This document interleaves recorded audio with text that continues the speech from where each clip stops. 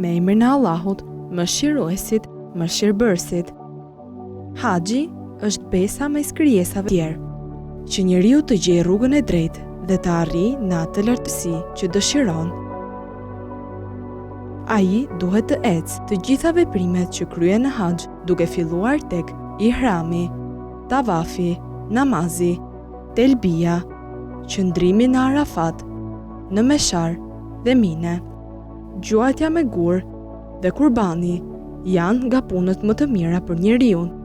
Në të gjitha këto veprime gjenden çaste ku ai të ndërtoj veten e vet dhe të bëj një ndryshim të thellë në sjelljen e tij dhe në bashkëpunim me të tjerët.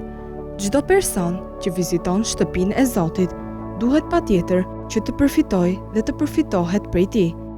Prej çështjeve më të rëndësishme në haxh është grumbullimi në të, rëndësia e të cilit është më e madhe se ajo personale. Kurani i madhëruar e tregon qëllimin e haxhit dhe filozofinë e grumbullimit të njerëzve në atë sezon.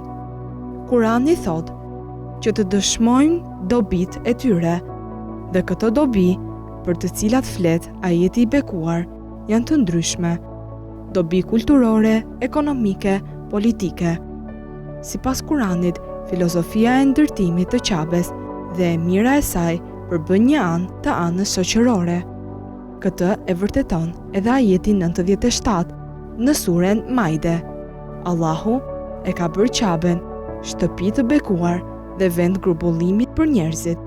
Çdo çështje e haxhit është mjaft e gjerë për t'u sqaruar, gjë e cila kërkon literatura të shumta, të cilat në gjuhën arabe janë prezente, dhe kjo fal punës dhe mundimeve të gjata të dietarëve islam, të cilët ja përkushtuan jetën e tyre sqarimeve të rregullave të ibadeteve në përgjithësi dhe haxhit në veçanti, dhe çdo çështje e të tij kërkon një libër të veçantë. Falenderojmë Zotin që muslimanët i kanë kushtuar rëndësi çështjes së haxhit, si më përpara, ashtu dhe në kohët tona, që do të thotë sa ata i njohim më mirë dobit individuale dhe ato shoqërore që përmban ky ibadet i obliguar.